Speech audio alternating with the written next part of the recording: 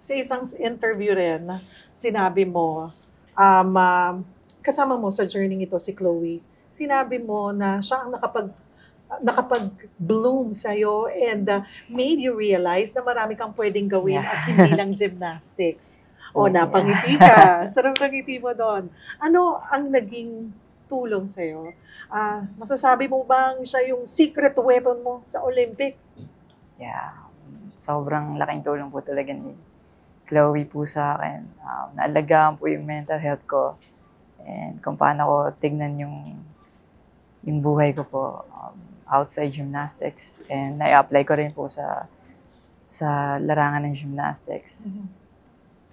Mas naalagaan po yung well-being ko talaga. And sobrang natulungan po ako na mas maging open. Hindi lang sa buhay ko, sa gymnastics din po talaga. Like, super connected po talaga niya.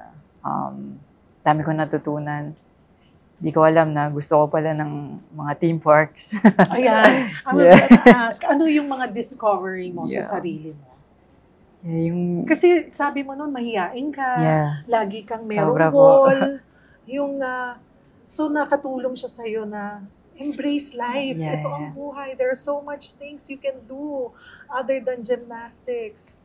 Yung unang-una din po, matanggap ko yung sarili ko. Yung pagkatalo.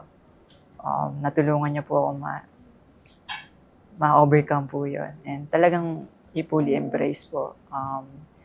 Yung sa food po, like dati, like kahit ano po kasi, hindi ko alam ko talaga kung ano yung favorite ko.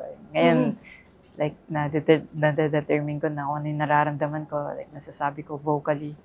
And hindi ako naiya na-express yung kung ano yung tunay ko nararamdaman po, yung mga ganun po. And mas nai-enjoy ko po yung buhay ko po ba, kahit nahihirapan po ako.